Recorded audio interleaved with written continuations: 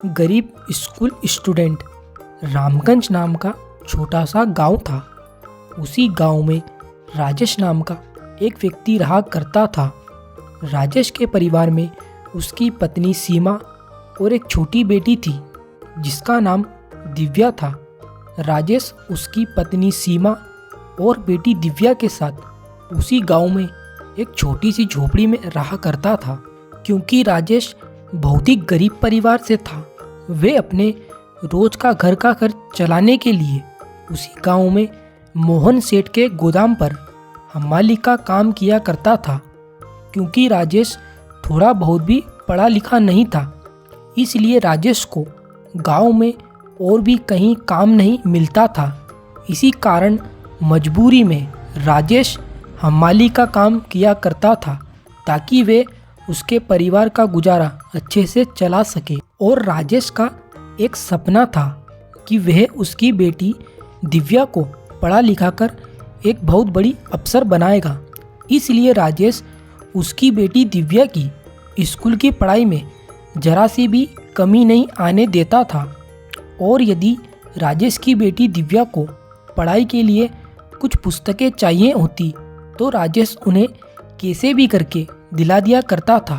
क्योंकि राजेश नहीं चाहता था कि कुछ पुस्तकों की वजह से उसकी बेटी की पढ़ाई में जरा सी भी परेशानियां हो। और राजेश उसकी बेटी दिव्या को बड़े ही लाड़ प्यार से रखता था। और राजेश की बेटी दिव्या शुरू से ही पढ़ाई में बहुत ही होनहार थी। वे अपनी पढ़ाई के लिए खूब दिल लगाकर मेहनत करती थी। क्योंकि दिव्या को पता था कि उसके माता पिता उसे कितनी मुश्किलों से पढ़ा रहे हैं, इसलिए दिव्या उसके माता पिता के सपने को पूरा करने के लिए दिन रात खूब दिल लगाकर मेहनत करती थी। जिसके बाद फिर इसी तरह अब कुछ दिन बीत गए थे। और फिर जब एक दिन राजेश की बेटी दिव्या हर रोज की तरह स्कूल गई तो उस दिन स्कूल के अध्यापक ने दिव्या को कक्षा के अंदर आने ही नहीं दिया। क्योंकि दिव्या के स्कूल की फीस अभी तक जमा नहीं हुई थी। इसलिए स्कूल की अध्यापक दिव्या से कहने लगी कि दिव्या, तुम अभी के अभी वापस अपने घर की ओर चले जाओ। क्योंकि जब तक तुम्हारे माता पिता स्कूल की पूरी फीस जमा नहीं करा देते तब तक तुम स्कूल मत आना। और फिर इतना कहने के बाद ही स्कूल की अध्यापक वापस कक्षा के अंदर चली गई। जिसके बाद दिव्या स्कूल की अध्यापक की इस बात को सुनकर बहुत ही उदास हो गई। और फिर वे दुखी होकर वापस अपने घर की ओर चली गई। और फिर जब कुछ समय के बाद दिव्या वापस उसके घर पहुंची तो दिव्या को अचानक देखकर उसकी माँ सीमा दिव्या से कहने लगी, अरे क्या बात है बेटी, आज तो तू स्कूल से जल्दी वापस आ।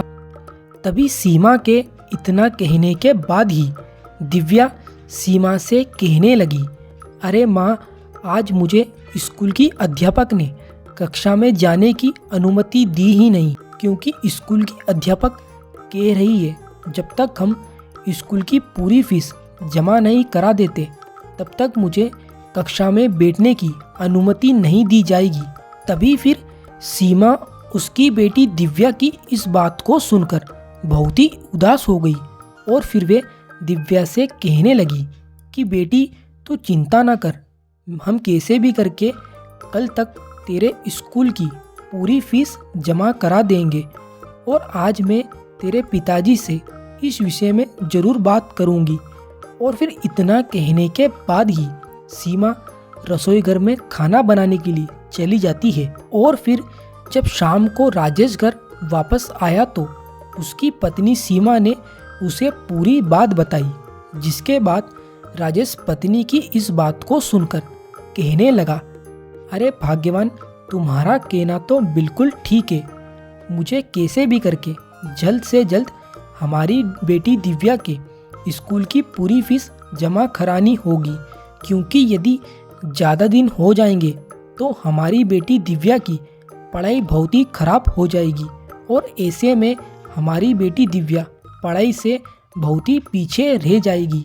इसलिए हमें जल्द से जल्द बेटी दिव्या के स्कूल की पूरी फीस जमा करानी होगी, जिसके लिए मुझे जल्द से जल्द 5,000 रुपये का बंदोबस्त करना हो। पर भाग्यवान, मैं इतनी जल्दी इतने सारे पैसों का बंदोबस्त कैसे करूँगा, क्योंकि मैं मोहन सेठ से पैसे उधार भी नहीं मांग सकता, क्योंकि पिछले महीने ही मैंने सेठ से पैसे उधार लिए थे और उन्हें अभी तक वापस नहीं किए हैं। और यदि ऐसे में मैं फिर से सेठ जी से पैसे मांगूंगा तो वे कभी नहीं देंगे, तो फिर इतनी जल्दी इतने सारे पैसों का बंदोबस्त मैं कैसे कर पाऊंगा।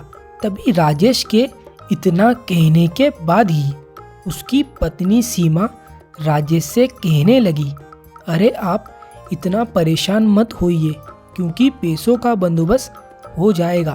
क्योंकि मेरे पास जो हमारी शादी के सोने के झुमके हैं, अभी हम उन्हें बेचकर अपनी बेटी दिव्या के पूरी स्कूल की फीस जमा कर देंगे, क्योंकि हमारी बेटी की पढ़ाई से बढ़कर कुछ भी नहीं है। इसलिए हम उन सोने के झुमकों को बेचकर अपनी बेटी दिव्या की स्कूल की पूरी फीस जमा कर देंगे। तभी पत्नी के इतना कहने के बाद ही राजेश उसकी पत्नी सीमा से कहने लगा, भाग्यवान, तुम्हारा कहना बिल्कुल ठीक है, पर भाग्यवान, मैं तुम्हारे उन सोने के झुमकों को नहीं बेच सकता, क्योंकि वह तुम्हें बहुत ही पसंद है। इसलिए उन सोने के झुमकों को बेचना मुझे सही नहीं लग रहा है। तभी राजेश के इतना कहने के बाद ही सीमा राजेश से कहने लगी, अरे आप इतना मत सोचिए, क्योंकि यदि झुमकों को बेचने से यदि हमारी बेटी का भविष्य सुधर जाए तो ऐसे लाखों झुमके मैं अपनी बेटी के लिए निछावर कर सकती हूँ। तभी फिर पत्नी के इतना कहने के बाद ही राजेश उन सोने के झुमकों को लेकर बेचने के लिए चला गया। और फिर राजेश ने एक सेठ के पास जाकर उन सभी सोने के झुमकों को बेच दिया, जिसके बाद उस सेठ ने राजेश को उस सोने के झुमके के बदले में 10,000 रुपये दे दिए। जिसके बाद राजेश पैसे लेकर वापस उसके घर की ओर चला गया। और फिर घर पहुंचने के बाद राजेश और उसकी पत्नी सीमा दोनों ने उसी दिन जाकर बेटी दिव्या के स्कूल की पूरी फीस जमा कर दी। जिसके बाद अगले ही दिन से अब राजेश की बेटी दिव्या हर रोज की तरह अब स्कूल जाने लगी, जिसके बाद दिव्या अब पहले से भी ज़्यादा रात दिन अपनी पढ़ाई के लिए खूब दिल लगाकर मेहनत करने लगी। और फिर अब इसी तरह कुछ साल बीत चुके थे और अब राजेश की बेटी दिव्या बड़ी हो चुकी थी। और इसी साल दिव्या 12वीं कक्षा में अच्छे नंबरों से पास हुई थी, क्योंकि दिव्या ने पूरे विद्यालय में 12वीं कक्षा में प्रथम स्थान प्राप्त किया था। और यह सब देखकर दिव्या के माता पिता बहुत ही खुश थे।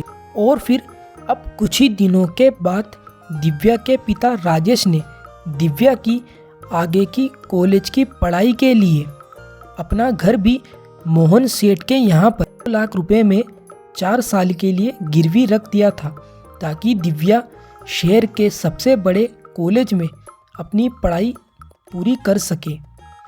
क्योंकि दिव्या जिस कॉलेज में अपनी पढ़ाई को पूरा करने के लिए जा रही थी वह शहर का सबसे बड़ा कॉलेज था।